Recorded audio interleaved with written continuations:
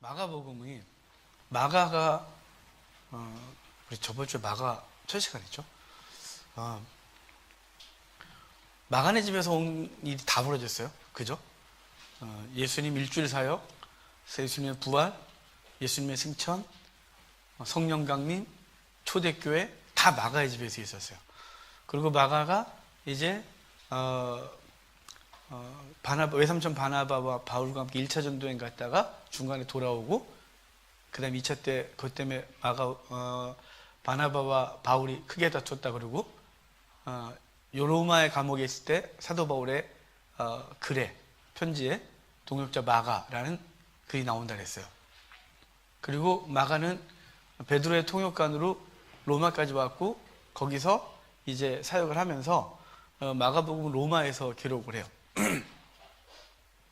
그런데 이 마가는 굉장히 종이신 그리스도라고 이렇게 쓰면서, 마가는 서론 뭐 이런 거 별로 없어요. 그냥 곧바로 일하신 예수 그리스도예요. 그래서 지난주에 봤던 건 먼저 큰 틀, 복음이라는 것을 먼저 봤어요. 복음.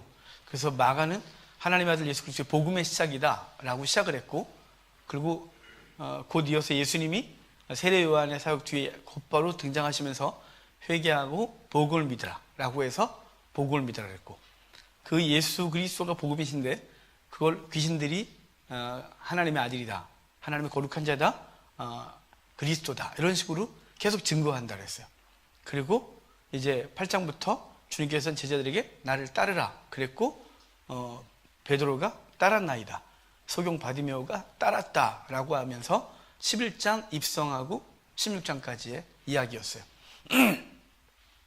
그게 복음으로 보는, 이런 복음의 느낌, 복음으로 보는 것이었고, 그 다음에 이제 그 마태복음처럼 전반부가 랍비로서의 활동을 하고 후반부가 메시아로서 활동을 하는데, 마태복음은 16장 중반 정도부터 베드로가 예수님은 하나님의 아들이요, 살아계신 하나님의 아들이요, 이상했어요. 저는 그리스도시요, 살아계신 하나님의 아들이십니다라고 고백을 하고 내배 교회를 세우겠다고 그러고, 은벽을 새기지 못한다고 그랬는데, 주님께서 내가 예루살렘 가서 잡혀 죽고 사흘 만에 부활하리라 그랬더니 베드로가 안 됩니다 그랬다가 예수님께 혼난 장면이 있어요. 죽는다, 이게 메시아장이라 그랬죠. 그러니까 16장 초반까지가 예수님이 랍비로 활동을 했고, 마태복음은 16장 중반부터가 메시아로, 그러니까 우리를 위한 대속 제물로 죽으실 것을 말씀하고 그 사역을 하는 거예요. 마가복음은 중간 딱 잘라서 16의 반 8장에 있다 그랬어요. 8장에. 1장부터 8장 초반 중반까지가 랍비로서 활동을 하고, 8장 중반부터 메시아로서 활동을 하실 거예요. 우리가 지난주에 4장까지만 봤거든요. 그런 큰 그런 틀에서 좀 보기 시작하면, 그래서 1장에 예수님께서 이 마가는 예수님을 복음의 시작이다, 그래서 예수님의 사역을 복음의 시작이다 이렇게 말하고, 그리고 세례 요한이 잡히신 후에 주님께서 활동을 하세요. 세례 받으시고 세례 요한이 잡힌 후에 활동하거든요. 이거 잘 기억하셔야 돼요. 그러니까 세례 요한과 예수님은 함께 겹치고 활동하지 않았어요. 세례 요한은 예수님의 앞길을 예비하고 그걸로 끝이에요. 그걸로 끝. 그리고 그는 잡혔고 어느 순간에 죽었는데, 정확하게 죽은 게 한 달 후에 죽었는지 두 달 후에 죽었는지를 모르겠어요. 중요한 건 나중에 오늘 이따 할 텐데, 그 부분에 보면 세례 요한의 죽음 장면을 자세히 기록을 해놨어요, 마가는. 근데 하여간 세례 요한이 잡히고 나서 예수님이 본격적으로 회개하라, 그리고 복음을 믿으라 이렇게 하셨어요. 그리고 이어서 하신 말씀이 거기 17절에 보면 나를 따라오라, 그리고 또 나를 따르라, 제자들이 예수님을 따랐다 이렇게 말하거든요.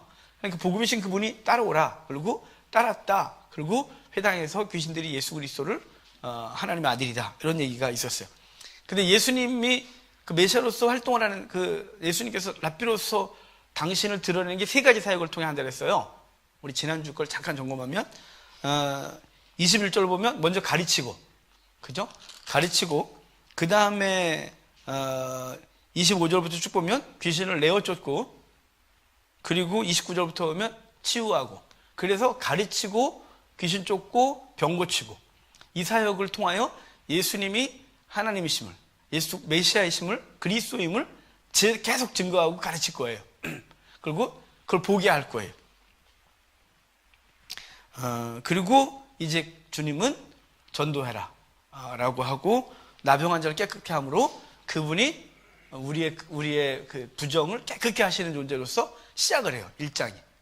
2장에 딱 보면 논쟁 부분이 벌어진다 그랬죠. 이건 예수님이 예루살렘에 입성하고 벌인 논쟁은 달라요. 그 논쟁은 이따가 마가복음 11장부터 그 논쟁 부분이 나오고, 이 논쟁은 이제 예수 그리스도가 사역을 하시면서 벌어지는 논쟁이에요. 그 첫 번째 논쟁이 중풍병자 고치면서 죄사함의 권세 논쟁이죠. 그러니까 4명의 친구가 지붕 뚫고 그 친구 내리고 그 사람한테 병이 나았다 아니고 네 죄사함 받았다 그랬더니 지가 뭔데 죄를 사하느냐 라고 하면서 예수님은 죄사할 권세가 있는 분이다 라는 논쟁을 벌이고, 마태를 부르시고 마태의 집에서 바리새인들이 죄인들과 함께 있다 라고 했더니 당신은 죄인들을 위해서 왔다. 그리고 그러니까 이건 율법의 행위나 뭐로 구원이 임한 게 아니라 당신이 특별히 죄인들을 위해 오셔서 구원을 베푸시는 존재. 그리고 세례 요한의 제자들이 우린 일주일에 2번씩 하는데 너는 맨날 먹고 마시냐? 그랬더니 이제 금식이나 금욕 이런 것으로 하는 것이 아니라 금욕이나 이런 방법으로 구원을 이루는 것이 아님을 또 얘기를 하죠. 그리고 세술에는 세부대에 담아야 된다라고 말씀하셔서 기존에 너희들이 갖고 있는 율법적인 가치관, 전통에 나를 담는 것이 아니라 새로운 가치관에 그리스도 복음이 담겨야 됨을 얘기를 하고, 지금 3가지 했죠. 중풍병자를 통해서 죄사함의 권세가 누구에게 있느냐. 그 다음에 마태의 집에서 2개. 그러고 나서 안식일 논쟁이 벌어져요. 안식일 논쟁을 통해서 미리삭 부벼 먹는 걸 통해서 예수님이 안식일의 주인이다. 그리고 3장 초반에 손 마른 자 성전에서 고치면서, 회당에서 고치면서 그분이 안식을 주시는, 그리고 우리의 사역이 율법을 지키려 하는 것이 아니라 영혼에게 안식을, 그 사람에게 그들에게 필요한 안식을 제공하는 존재로서 주님이 이 땅에 오셨음을 말씀하시는 거예요. 3장에 오면 이제 많은 무리들이 예수님을 따르게 되는데요. 그때 12제자를 따로 세우죠. 12제자를 따로 세우고, 그런데 12제자를 세운 상태에서 누가 오냐면 친척들이 뭐라 하냐면 미쳤다. 예수님이 그리고 바알세붑이 이제 그에게 바알세붑이 들었다라 그래서 귀신의 왕이 그에게 들어서 이런 짓을 한다. 그러면서 주님께서는 그때 말씀하시기를 성령을 부인하는 자는 죄사함을 받지 못한다 라고 말씀하셨고, 그 가르치는데 엄마와 누이 동생들 오니까 왔다고 하니까 누가 내 어머니고 내 누이냐 라고 말씀하시면서 그 3장에서 말씀하고 싶은 건 바로 하나님의 말씀을 지켜 행하는 자가 내 어머니요 형제고 자매고 제자다 라고 그래서 12제자를 선택하시면서 결론적으로 주신 말씀이 뭐냐면 그의 말씀을 행하라. 아버지의 뜻대로 행하는 자가 내 형제요 어미요 자매요 제자다. 이렇게 말해주고 있는 거죠. 그리고 4장에 오면 그 제자들이 해야 될 게 뭐냐면 말씀을 뿌리는 거예요. 그래서 4장의 시작이 4가지 밭에 대한 비유로 시작하죠. 4가지 밭에 대한 비유로 시작하면서 이 씨앗은 말씀이에요. 그래서 씨앗이 뿌려지면 어디서 자라냐? 옥토에선 자란다. 옥토에서 자라는데 그 다음에 이제 점핑에서 무슨 얘기를 할 거냐면 이 씨앗은 저절로 자란다고 할 건데 중간에 무슨 얘기냐면 등불 비유가 있어요. 이 등불 비유, 이건 성도들의 착한 행실과 관계된다 그랬죠. 마태복음과 가면 마태복음 5장에 너희는 세상의 소금이요 빛이다. 그러면서 사람들이 너희의 착한 행실을 보고 주께 나오는 걸 얘기를 했었는데 바로 너희가 등불이다 라고 말하는 건 등경 위에 두어서 왜 두냐? 사람들이 방에 들어와서 어두운 방에서 그 등불을 보게 하려 함이라. 바로 성도들의 착한 행실을 보고 그 착한 행실을 한 사람들이 씨앗을 뿌리는 그것으로 그들이 이제 씨앗을 받아들이게 되는 거죠. 그러면 그 씨앗은 절로 자라는 거예요. 니들이 뭘 한다고 자라는 게 아니라 일단 심겨지는 게 문제예요. 심겨지면 그 다음부터는 이 말씀이 우리를 자라게 하는 거죠. 그리고 그것은 결과적으로 겨자씨 비유를 통해서 나무같이 자란다 라고 말하는 걸 말씀하심으로 씨앗을 뿌리는 거에 대한 얘기까지가 지난주 4장까지였어요. 5장 얘기는 이제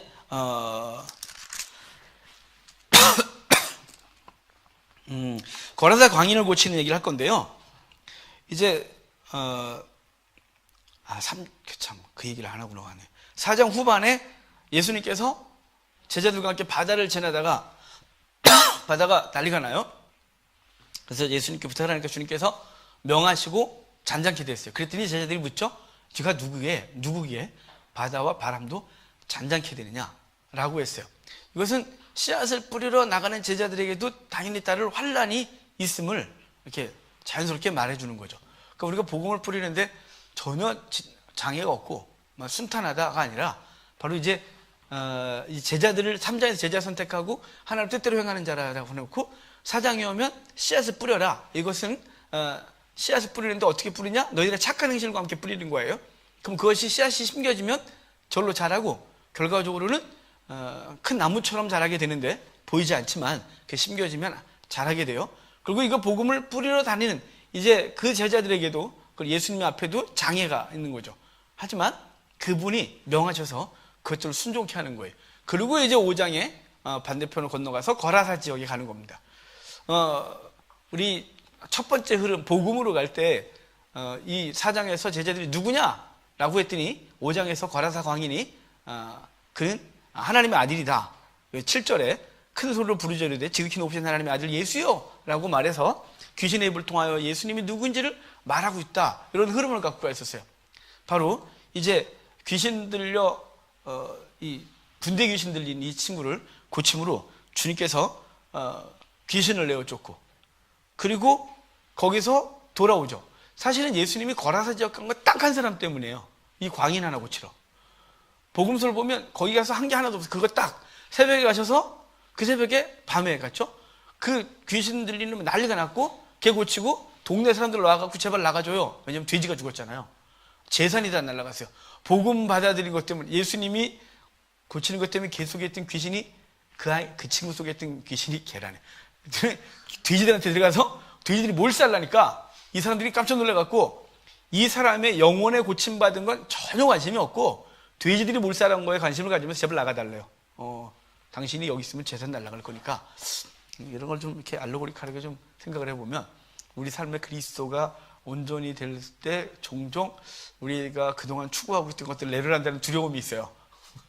내가 그동안 내 부여로 삼은 돼지들이 갑자기 사라지는 경험을 하는 거죠. 그러면 이제 그때 사람들이 결정을 해요.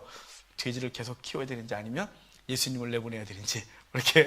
그래서 결국은 거라사 사람들이 예수님 나가라 그래요. 그래서 새벽에 주님께서 다시 배 타고 가버나움으로 오시죠.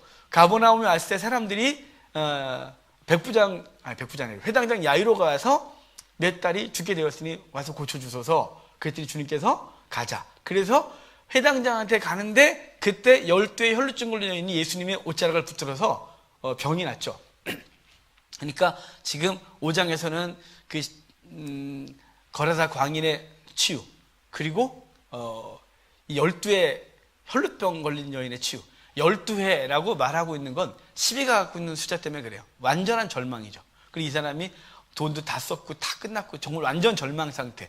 혈루증은 문둥병과 같은 취급받는다 그랬어요. 부정하다 하는. 그 여인은 사실은 예수님께 나올 때 죽음을 각오하고 나온 거예요. 그 여인은 누군가와 옷깃을 스치면 그 옷깃 스친 것 때문에 누군가를 부정하게 했거든요. 그래서 그 여인은 돌에 맞아야 돼요 원래. 그런데 뭐 지금 이 상황에서 어차피 12회 동안 절망인데 뭐 까짓거 돌 맞아 죽든지 더 간다고 해서 인생 의미 없고 그래서 그 여인은 예수님께 나와서 그분의 옷수를 잡죠. 그랬더니 그분한테 능력이 나와 그분이 고치고 두려워 떨 때 주님께서 따라 두려워하지 마라. 내 믿음이 너를 고쳤다고 말씀하시면서 주님께서 그 여인을 고쳐요.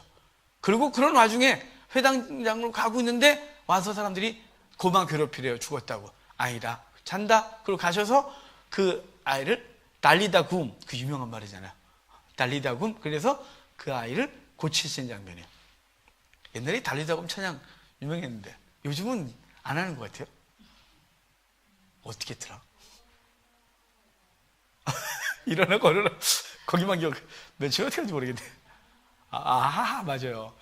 그걸로 왜 제가 하냐면, 제가 고등학교 3학년 때 주님 만나고, 주님을 강력하게 만나고, 등불 찬양단을 만들었어요. 까만 바지에 흰 야셔츠, 빨간 넥타이. 그리고 우리 친구들 안 믿는 애인데, 야, 나하고 노래하고 달래. 얘네들이 또. 그래갖고 왔어요. 교회 안 다니는 애들이 걔네. 그래서 걔하고 둘하고 저하고 기타에다가 등불 쓰고 제가 잘 못하는데요. 그거만 이렇게 뜯어갖고 연습을 해서 뭐 이렇게 그때 문학의 밤, 부흥회 이런 거 저를 부르는 사람이 없으니까 제가 가서 해줄까요? 그러면 오래요. 그럼 가갖고 걔네들 셋이 저하고 둘이 딱 떠갖고 강가마 이러고 했었어요. 갑자기 달리다가 아이고 이런 얘기를 다 하고 무슨 용기를 했는지 알 수가 없어요. 그때 제가 그거 할 때 우리 성가대 지휘자 집사님이 저를 불러서 그랬어요. 규관아 일로 와라. 내가 했더니 너 하지 마. 왜요? 했더니 넌 반음이 떨어진대. 그래서 제가 음이 안 들려요. 저는 음감이 없어서. 근데 반음이 떨어지는 게 뭔지 몰라서 지금은 알아요. 반음 떨어지는 게 뭔지. 근데 그때는 반음 떨어지는 게 몰라서 징 치고 하는 거죠 뭐. 다른 건 하나도 오직 그거 한 곡 갖고 등불 찬양단을 했었습니다. 그 외에는 불러본 적이 없어요. 하여간 거기 달리다고 갑자기 화끈화끈 이런 얘기 괜히 했나 싶어요. 이 달리다곰이 생각나서 하여간 달리다곰 그래서 그 소녀를 이렇게 그러니까 5장은 세계 치유 사건이 있어요. 지금 흐름을 제가 어떻게 기억하냐면 자 이제 3장에서 주님이 제자를 선택하시고 그들은 뭐라냐면 하나님의 뜻대로 행하는 자라요. 엄마고 모친이고 제자인 거예요. 그리고 그들이 할 게 뭐냐면 씨앗을 뿌리는 거죠. 씨앗을 뿌리면 그것을 자라게 하는 게 일행 아니에요. 옥토에서 자라니까 무조건 뿌리래요. 어떻게 옥토가 모르니까 뭐 저 사람은 옥토, 이 사람은 이 사람은 돌짝밭 전혀 느낌이 안 와요. 돌짝밭 하는 사람도 옥토가 되었어요. 우리가 보기엔 돌짝밭인데 이렇게 알고 보니까 옥토였어요.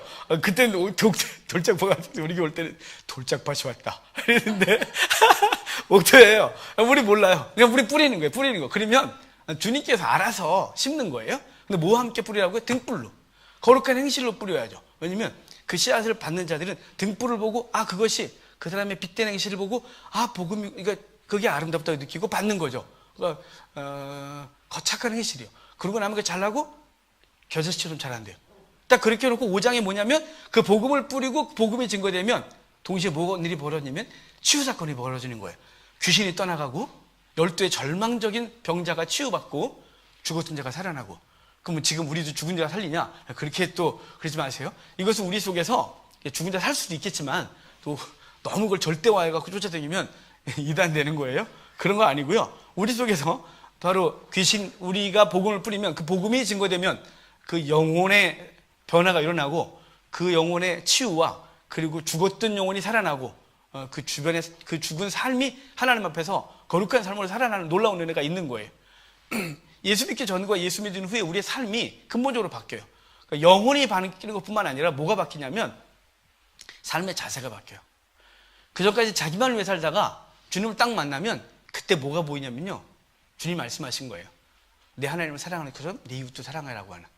내 몸처럼 사랑하라고 하면 그래서 그동안 누가 상처받든지 어떤지 자기 이기적으로 살던 사람이 예수 그리스도 복음이 제대로 들어오면 그 다음부터는 배우자와 자녀와 주변과 사람들을 위하여 자기가 뭘 해야 되는지 어떻게 희생을 해야 되는지 어떻게 자기가 세상 속에서 하나님의 미래로 죽어야 되는지를 생각하는 거예요. 그래서 삶이 근본적으로 바뀌게 되는 거죠. 하여간 5장은 바로 씨앗이 뿌려지면 귀신이 나가고 절망적인 삶이 회복이 일어나고 그리고 죽었던 영혼이 살아나며 그 죽었던 삶까지도 살아나는 놀라운 은혜가 있게 됨을 5장에서 말해요.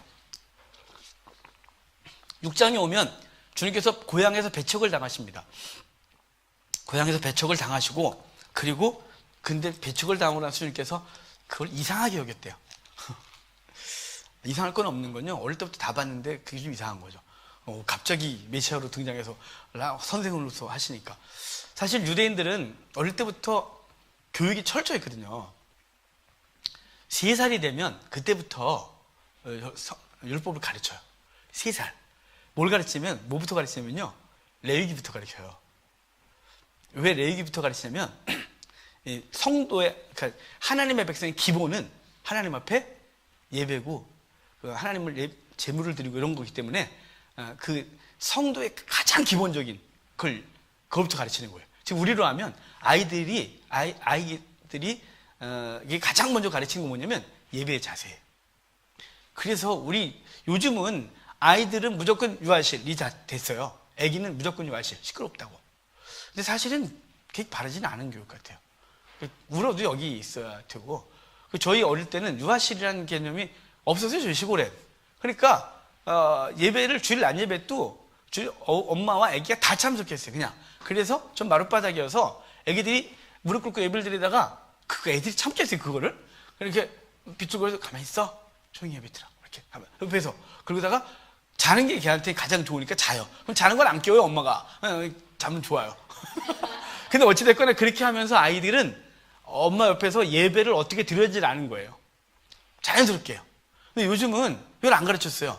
아기 때는 유아실에서, 그 다음에 좀 이제 맑게 알아듣고 뭐 하면 유치부에서, 초등부에서, 그러다 중등부 오면 중등부 예배만 드려요. 우리 교회는 이제 여기 애들이 중학교 1학년 때 정말 우리 교회들이 불쌍해 죽겠어요. 유초등부 때 갑자기 들어오면 뭐 감당이 안 되는 어른 예배를 함께 드리니까, 그래도 1년만 참으면 걔네들은 잘 버텨요. 그러니까 그런 아이들이 중고등부, 청년부 지나서 중고부 지나고 나서 어른 예배를 딱 오면 감당이 안 돼요. 이 1시간 이상 드리는 예배를 해본 적이 없는 거예요. 그러니까 아이들 때부터 예배를 못 드렸으니까, 예배를 들어본 적이 없으니까 어른 예배에 그냥 그렇게 된 거죠. 근데 유대인은 아니에요. 가장 먼저 가르치는 게 레위기. 우리 같으면 그 딱딱한 걸, 그 재미없는 걸, 아니면 그거부터 가르쳐요. 그게 기본이니까. 그러니까 우리 애기라면 예배부터 가르치는 거예요. 여기 딱 앉아서 반주할 때 이렇게 옆에 앉혀놓고, 얼른 가만히 있어라 좀. 여기 저희 장모님이 그러셨어요. 장모님이 교회 반주 하셨거든요. 그때 딸들이 다, 그러니까 할 때 옆에 그냥 피아노 밑에서 막 그냥 거기 있어라 이러고 하시고, 그래서 다 지금 신앙생활 잘하는 거예요. 딸들이. 예배는 철저히 절대로 빠지지 않는다는 걸 아는 거죠. 하나 빼고. 이러면 안 되는데. 하여간 이렇게 철저히, 예배가 철저한 거예요, 철저히. 그리고, 저희 집사람 뱃속에 어머님이 반주하시면서 그때 부흥했던데, 뱃속에 있는 딸인 줄 전혀 모르고 아들일 거라고 기대를 하시면서 하나님께 바치겠다고 서원하고 찬송하면서 서원했대요. 나중에 딸인 거죠. 근데 한 번도 말 안 했어요, 서원했다고. 그러면 그 서원했단 말 때문에 영향을 받아서 따라올까 봐. 근데 성악을 하다가 성악이 떨어졌어요. 그리고 1년 재수할 때 기도원 가서 자기 혼자 소명받고 신학을 저 만났죠. 복인 거죠, 뭐 저가. 그러니까 하여간 그렇게 하여간 아이 때부터 예배 드렸어요. 우리 어른 때는 30년 전만 해도 애들도 어린 예배 함께 드리는 거예요. 아이 옆에 앉혀서 자주 괜찮았어요. 근데 지금은 그거 없어요. 그래서 누구 때문에 그래 됐는지, 뭐 어른들 예배 조용히 드려야 된다는 게 우리 속에 박혔는지 모르겠지만, 어찌됐거나 지금 그래서 청년이 되면 어른 예배에 적응을 못하는 거예요. 고등학교 졸업하자마자 어른 예배 못하고 여전히 청년부에 가서 끼리끼리 놀고 즐겁게 하는 거에 적응이 되고, 여기는 못 들어오는 거예요. 이게 부담스럽고 힘들고 오래되고 정말 이게 이상해진 거죠. 유대인들은 3살 딱 되면 레위기부터 가르쳐요. 그리고 이제 학교를 세워서 학교에서 교육했어요. 구약 때부터. 예수님 오기 전부터 그들은 학교가 있었어요. 동네마다 다 모든 학교가 있었어요. 회당이 주로 학교였죠. 새벽부터 가르쳤어요. 애들을 깨워서 가라 그래서. 유대인들은 아이를 안 가르치는, 공부를 안 가르치는 부모는 가장 나쁜 부모라고 그랬어요. 가장 나쁜 부모. 그래서 교육을 시켰어요. 그리고 5년 정도 교육 끝나면 그 다음부터는 이제 의무 교육은 아닌데, 그 다음부터 이제 더 공부를 하겠다 그러면 상급학교 가는 거죠. 12살 정도 지나면. 그래서 그때부터 논쟁을 하고, 예수님이 뭐 그런 학교는 안 가셨지만 그때부터 스스로 이제 하시는 거예요. 뭔 얘기하세요? 그저 왔나 모르겠네. 자기가 고향에서 배척을 당하셨어요. 근데 어릴 때부터 공부 잘하셨다고 생각하거든요. 왜냐면 12살에 성전에서 그 어른들과 논쟁을 벌일 정도의 그 지혜가 있었어요. 유대인들은 12살에 성인식을 해요. 성인식을 하는데요, 그 성인식 하는 걸 제가 저기 예루살렘 가서 봤거든요. 그때 같이 가셨나요? 그때 저는 참 좋은 경험이었어요. 우리 비 오는데 대기하고 있는데 막 옆에서 막 애를 아프리카에서 왔더라고. 걔는 성인식 가려고 아프리카에서 예루살렘 성전 온 거예요. 자기들의 성전이죠.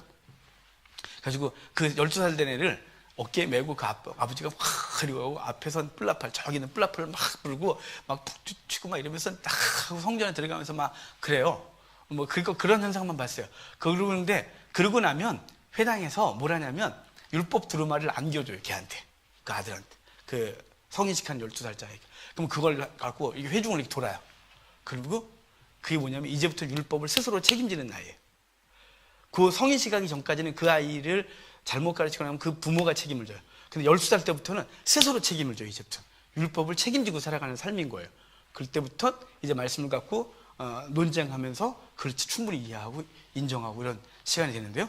예수님께서 그렇게 자란 동네에서 배척을 당하시는 거예요. 예수님께서 자신을 배척을 이상하게 여겼다라고 말하면서요. 그 다음에 이제 12제자를 파송하거든요.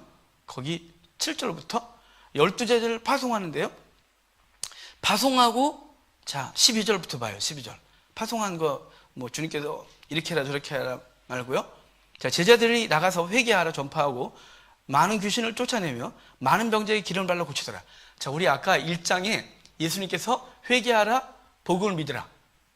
그리고 주님께서 이제 행하신 것이 3개였어요. 귀신 내쫓고 그 다음에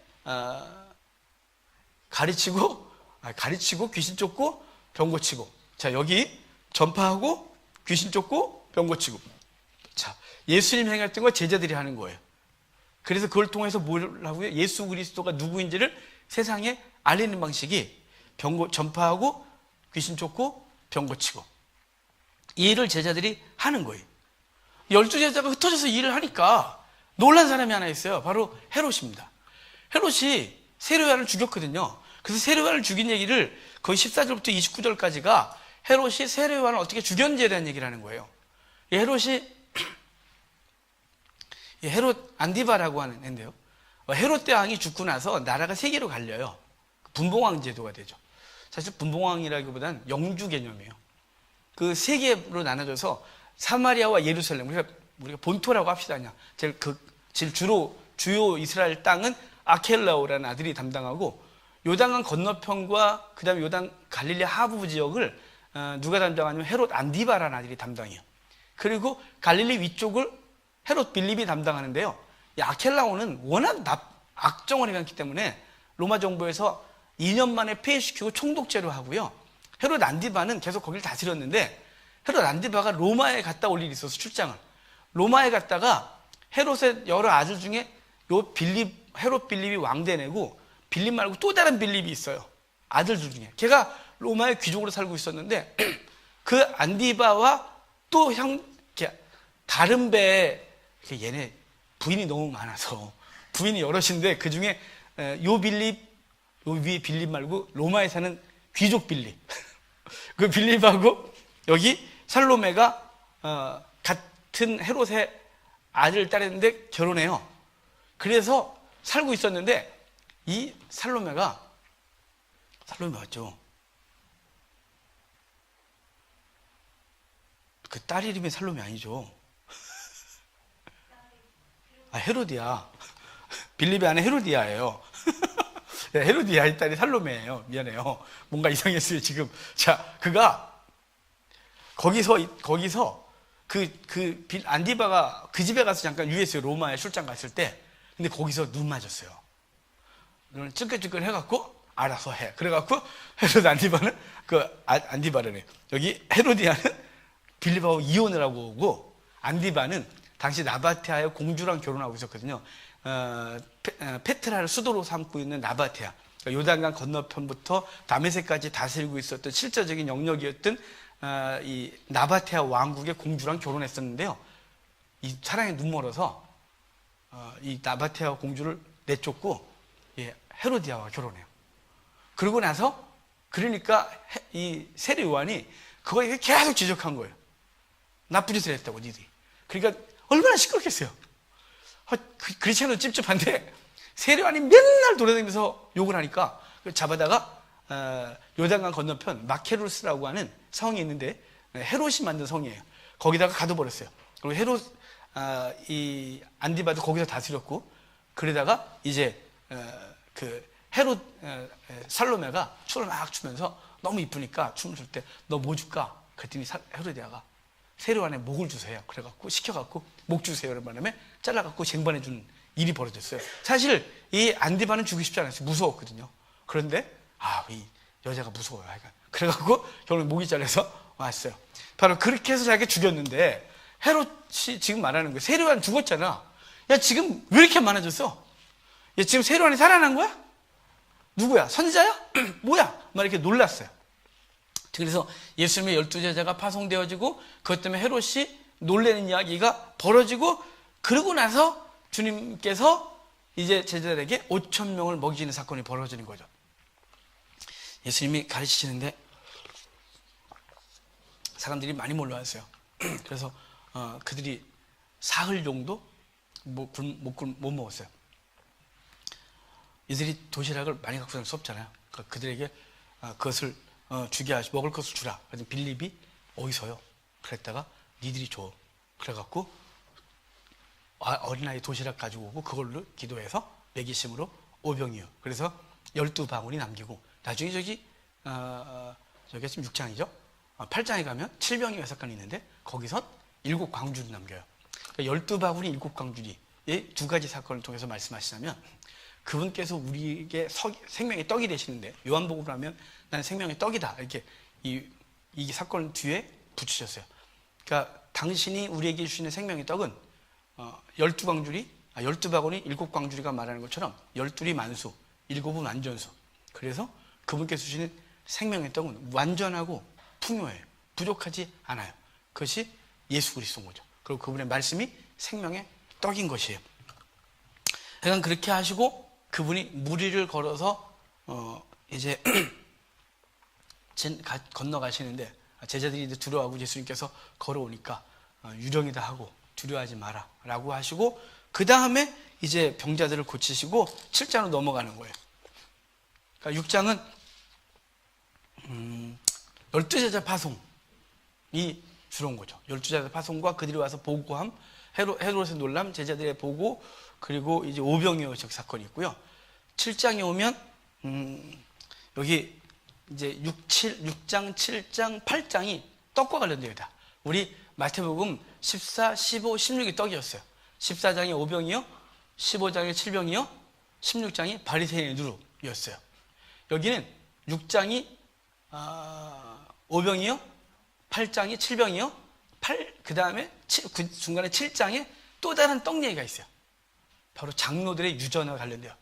예수님의 제자들이 손 씻는 걸 잊었어요.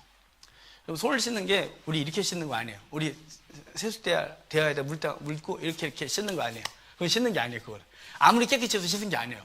그는 물도 오염됐고 손도 오염된 거예요. 그냥 그 물이 계속 있잖아요. 여기 묻었잖아요. 그건 씻은 게 아니에요. 유대인들은 원래 어떻게 씻었냐면, 종들이 손을 물 부어줬어요. 이렇게 해서 흘러내리고 없는 거예요. 이렇게. 그 유대인들은 스스로 손을 씻을 때가 필요하잖아요. 그래서 지금도 통곡의 벽 앞에 가면 그 손 씻는 데가 있어요. 그럼 우리가 수소 틀고 이렇게 닦으면 되잖아요. 난 걔는 이해가 잘 안 돼요. 틀고 닦으면 되는데 꼭 받아요. 이렇게 컵으로. 근데 이 컵이 이만해요. 근데 이 손이 2개가 붙어요. 손잡이가. 그리고 먼저 이렇게 해서 이렇게 씻어, 이렇게. 그리고 이걸 잡아서 이렇게 씻어요. 이게 씻은 거예요? 저는 걔들 씻는 거 보고 진짜 지저분하다. 걔는 의식을 행하는 거죠. 손을 진짜 깨끗이 씻는 게 아니고요. 우리가 비누 씻어서 이렇게 해서 씻어야 되잖아요. 아니요, 걔는 물 받아서 이렇게 이런 얘기해서 그렇지만 남자들이 화장실 가서 이렇게 씻고 나온대요. 이렇게 물 틀고 그러는데 그렇대요. 그러니까 그렇게 씻는 거예요. 왜냐하면 물이 고여있는 상태에서 씻으면 물도 더럽고 자기 손도 더러워진 거예요. 그래서 종들이 이렇게 해줘야 되는데, 제자들이 그냥 앉아서 물을 뿌리지 않고 앉은 거죠. 그러니까 그걸 보고 장로가 저 더러운 것들 그러면서 부정하다 그러니까 예수님께서 그들의 위선을 책망하시는 것이었어요. 지금 떡 먹을 때 손 씻지 않은 것 때문에 나왔어요. 지금 6장, 7장, 8장 떡과 관련된다 그래서 지금 굳이 떡으로 연결하면 하여간 그래서 하고 있었고, 주님께서는 그들의 위선을 책망하면서 너네들이 정말 위선을 떤대요. 그러면서 그 외식에 대한 얘기를 하면서 전통 얘기를 하거든요. 거기 8절에 보면 너희가 하나님의 계명을 버리고 사람의 전통을 지킨다. 이르시되 너희가 너희 전통을 지키려고 하나님의 계명을 잘 저버린다. 부모에게 공경하라 했는데 너희가 부모를 공경하지 않은대요. 그러면서 여기 유명한 11절에 고르반이라는 말이 나와요. 이 고르반은 이게 하나님께 드리기 위해서 거룩하게 구별된 것이에요. 그러니까 제물을 고르반이라 그래요. 그러니까 고르반 그래요. 이게 뭐냐면 부모님에게 용돈을 드려야 되잖아요. 이제 우리가 생계가 막막하시면 이제 섬겨야 되잖아요. 만약 예를 들어 부모님에게 한 달에 50만 원의 생활비를 드려야 된다, 마땅히. 근데 하나님께서 드려야 되잖아요. 그러니까 이것들이 머리를 돌려갖고 너무 부담스러워. 그래가지고 하나님께 드리고 고르반 그렇게 외치면 이걸 안 해도 된다고 가르쳤어요. 그래서 나쁜 놈들아, 이 고르반 그래놓고 그게 하나님께서 했다, 그리고 너가 마땅히 해야 될 걸 안 하느냐? 라고 말하는 그들이 장로들의 전통을 따라서 위선을 떨고 있는 걸 책망하셨던 장면이 거기 이렇게 있는 거예요. 또 19절에 보면 너희들은 마음으로 들어가지 않고 배로 들어가고 뒤로 나가는데 입에서 나오는 게 더럽다. 그러니까 사람 속에서 나오는 게 더럽대요. 그러니까 너희가 지금 이거 먹고 마시는 이거 더럽다 어쩌다 그러지만 사실 사람 속에서 나오는 게 더러워. 네가 더 더러워 이거서. 이렇게 말하는 거예요. 주님께서 그 위선을 떨고 있는 그 장로들을 책망하고 있는 거예요. 그 다음에 24절이 스로보니게 여인이에요. 여기 두로 지역이거든요. 주님께서 지금 사장에 씨앗을 뿌리라 놓고 5장이 데카볼리 지역으로 가요. 데카볼리, 그래서 요단강 건너편이에요. 데카볼리로 갔다가 그 다음에 다시 가버나움으로 왔다가 지금 이 7장은 두로 지역이에요. 두로 지역으로 가서 이제 가이사라 빌립보로 올라갈 거거든요. 거기 스로보니게 여인이 예수님이 그 지역에 왔다는 얘기를 듣고 자기 딸을 고쳐달라고 와요. 주님께서 근데 좀 너무 심하게 말씀하세요. 나는 이방인에게 온 게 아니래요. 거기 보면 27절 예수께서 이르시되 자녀로 먼저 배불리 먹게 할지니 자녀의 떡을 취하여 개들에게 던지 마땅치 않다. 그러니까 주님 지금 네 개야 이렇게 말하는 거예요. 주님 좀 너무 심하시잖아요. 근데 일부러 그러신 것 같아요. 근데 그 여인이 맞아요, 나 개예요. 그러면서 개도 주인의 상에서 떨어지는 부스러기를 먹을 권리가 있대요. 이게 주인의 상에서 떨어질 부스러기를 먹을 권리가 뭐냐면요, 우리 그 부스러기 먹고 산 사람이 누가복음에 나와요. 바로 거지 나사로죠. 부잣집에 대문간에 앉았다가 대문간에 앉아 있으면서 구걸을 하면서 그가 부자의 상에서 떨어지는 걸 먹어요. 그러니까 부자의 상에서 음식이 떨어져봐야 우리 밥 먹다 밥을 한두 개 흘리는데 그걸 어떻게 아니 그게 아니고 그들은 음식을 손으로 먹었잖아요. 손으로 먹을 때 기름기 있는 걸 이렇게 먹어요.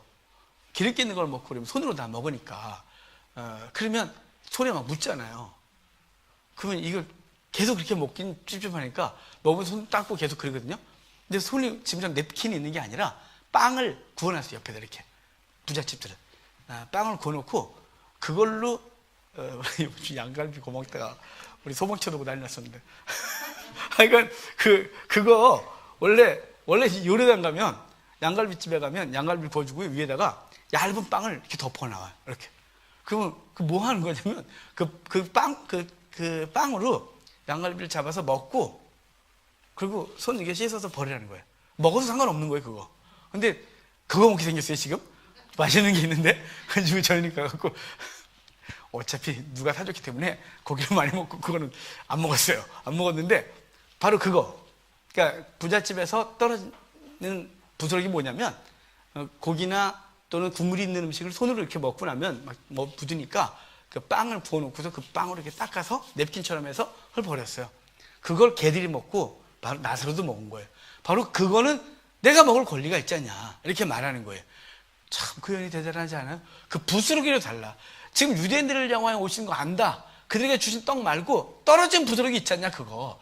나 좀 줘라 그거. 당신들 기름 이렇게 묻히고 버린 거. 그거 내 먹을 권한이 있다 그러니까 주님께서 이스라엘에서 이만한 믿음을 보지 못했다 그래서 그러면서 그 여인의 딸을 고치시는 장면이 스로보니게 여인의 딸을 고치시는 거예요. 그러고 나서 이제 31절부터 보면 에바다. 그래서 귀 먹고 벙어리 된 사람에게 귀에다 손 넣고 혀에다가 손을 대고 에바다 열리라 라고 해서 이제 고쳐진 장면이에요. 누가 이 마가는 아람어를 종종 많이 썼어요. 여기 날리다굼도 아람어고요, 에바다도 아람어예요. 그냥 그걸 그대로 썼어요. 지금 로마에서 이걸 쓰면서 예수님이 하셨던 그 말 그대로 에바다, 달리다굼 이렇게 다 아람어거든요. 그걸 그래놓고 에바다 이는 열리라는 뜻이다라고 34절에 그래서 해석해 주거든요. 주님께서는 지금 이 마가의 이 일을 통하여 뭘 하냐면 지금 이스라엘의 현재 상태가 귀 먹고 말 닫혔어요. 귀가 막혔다는 건 하나님의 소리가 안 들리고, 그러니까 당연히 말을 못하는 거죠. 들리는 게 없으니 말을 못하는 거예요. 이걸 지금 이사야서 가면 이사야서에 이사야가 하나님께 이렇게 기도해요. 학자의 귀를 주셔서 잘 알아듣게 하시고 학자의 혀를 주셔서 가르칠 수 있게 해달라는 그런 기도를 해요. 학자의 귀, 학자의 혀예요. 자, 지금 이스라엘 백성들이 당시 하나님의 소리가 안 들려요. 그러니까 제대로 가르칠 수가 없는 거죠. 학자의 귀, 바르게 알아듣고 바르게 가르쳐야 되는 거죠. 지금 이스라엘 현재 상태가 귀 먹고 벙어리 된 상태인 거예요. 그래서 하나님은 지금 예수님은 점점 뭘로 다가가고 있냐면 예수님의 사역의 후반기로 가고 있는 거예요. 근데 주님께서 그렇게 가르치는데도 이것들이 못 알아듣는 거예요. 그 마가는 거기다가 이 사건을 배치했어요. 그래서 에바다! 라고 말했다는 거죠. 제발 좀 열려라. 그래서 귀도 열리고 혀도 풀려 주의 복음을, 주의 말씀을 좀 전하는 자가 되라. 이렇게 말하는 거죠. 그리고 8장으로 딱 넘어가는 거예요. 8장으로 넘어가서 이제 7명이요. 이 기적을 통해서 4,000명 먹이시고요. 14절에 보면 바리새인들이 예루살렘으로 나가서 하늘로 쏜 표적을 보이라. 없다 이것들아. 이렇게 말해요. 없다 이렇게 말하고, 그래 하나 있다면 요나의 표적밖에 없다 라고 하시고 제자들과 함께 건너편으로 건너가시다가 바리새인의 누룩을 주의해라 이렇게 말하는 거죠. 여기 바리새인의 누룩, 지금 그들이 이스라엘 사람들이 다 뭐에 빠졌냐면 바리새인의 누룩에 빠져서 바른 소리가 안 들리고 바른 말을 못하는 거예요. 이 바리새인들이 바르지 못하는 가르침을 계속 가르쳤어요. 하나님의 말씀을 온갖 율법으로 확장시키고 그래갖고 그걸 가르쳐 나갔고, 이걸 들은 사람들은 예수님의 말을 못 듣는 거예요. 이게 선지식이 후지식을 자꾸 평가하니까요. 그래서 여러분, 그래서 이단에 한번 빠지는 사람들은 희한하게 자꾸 무슨 얘기를 하면 이단으로 자꾸 돌아가요. 저 성경 가르치다 보면 종종 이단에 있다가 돌아오시는 분들이 있어요. 고백을 하세요, 그분들이. 근데 그렇게 얘기를 하다가 성경을 저한테 여러 번 배웠는데 분명히 내가 A라고 계속 가르쳤는데 그 부분에 대해서 사담할 때는 개인적으로 얘기하면 갑자기 B라고 말하는 거예요. 이단에서 가르쳤던 그 얘기를. 그래서 그때 뭐라고 책망도 못하겠고, 이야, 이게 한 번 바뀌면 나한테 들을 땐 아멘 해놓고 여전히 그 생각으로 가고 있는 거예요. 그러니까 들을 땐 동의한 것 같은데 여전히 그 속에서 이게 안 빠져나오는 거예요. 이게 선지식이 꽉 박혀갖고 바리새인의 가르침이 그런 거예요. 이스라엘의 바리새인과 서기관들의 가르침이 꽉 들어차서 예수 그리스도가 가르치는 데도 받아들이지 않는 거예요. 안 받아들여요. 그래서 에바다 그랬고, 지금 여기서는 바리새인의 누룩을 주의해라 라고 말씀을 하시는 거예요. 그리고 22절부터 26절까지가 아주 중요한 전환점이에요. 거기 이제 거기 맹인한 사람 데려오죠. 그랬더니 예수님께서 맹인의 손을 붙잡으시고 마을 밖으로 데리고 나가서 눈에 침을 뱉으시고 이럴 때 좀 난감해요. 사람들 앞에서 안 한 건 침 뱉으면 기분 나쁠까 봐 마을 밖으로 데리고 가서 단 둘이 침을 뱉으신 것 같아요. 마태복음에선 그 소경을 고칠 때 이렇게 하셨죠. 흙을 손에 담아서 뱉으시고 해서 눈을 씻으시고 실로 한 모세가 씻어라 이렇게 했었어요. 여기서는 그런 얘기가 전혀 없고 그냥 그 맹인을 고쳐달라고 했고, 여기 사람 다른 사람인 거예요. 거기 사람은 예수님이 지나서 자원하여 고치신 거고, 얘는 고쳐달라고 했어요. 그 마을 밖으로 데려가서 눈에 침을 뱉으시고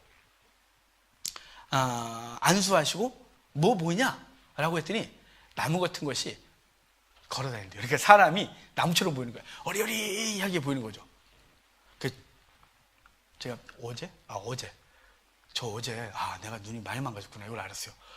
어제 이제 우리 화요반은 음식을 반찬을 갖고 와서 같이 밥만 해서 같이 먹는데요. 그 무슨 반찬인지 모르겠는데 거기 후추가 이렇게 뿌려져 있었어요. 감자 같은데요. 후춧가루가 뿌려져 있었어요. 근데 이렇게 딱 보는데 감자야 동글동글한 까만 게 동그란 원이 이렇게 많이 붙어 있는 거예요. 그래서 이게 뭔 양념이 이렇게 동글동글하지? 이렇게. 그러니까 이렇게 도나스 같은 동그란 게 까만 게 막 붙어 있는 거예요. 이야, 신기하다, 이거. 막 그랬는데, 아무리 봐도 계속 동그란 도나스가 계속 있는 거예요. 그래서 이렇게 멀리 보니까, 후추가 이게 동그란 도나스로 보이는 거예요. 지금 아, 많이 망가졌구나. 이렇게. 이제 후춧가루하고 도나스하고 구분이 안 되는, 가지고 이제는 안경을 쓰고 밥을 먹어야 되나? 고민이 됐었어요. 자, 지금 이 친구가 주님께서 침 뱉은 건, 침은 저주예요. 그 눈은 지금 왜 보지 못하냐면 그 하나님에 대해서 제대로 알지 못하는 거예요. 이스라엘의 영적 상태. 조금 아까는 뭐 했어요? 에바다 그랬잖아요. 귀, 혀 풀었어요. 지금 눈이 못 보여. 이스라엘 영적 상태가.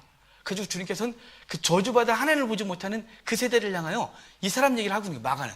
그래서 침을 뱉고 안수하여 눈을 떠게 했는데 뭐 보이냐? 그러니까 나무 같은 것이 왔다 갔다 한대요. 희미하게 보이는 거예요. 다시 안수하니까 거기 이르죠. 밝히 보는지라. 25절에. 자, 지금 첫 번째 안수했을 때는 희미하고 두 번째 볼 때 밝히 보여요.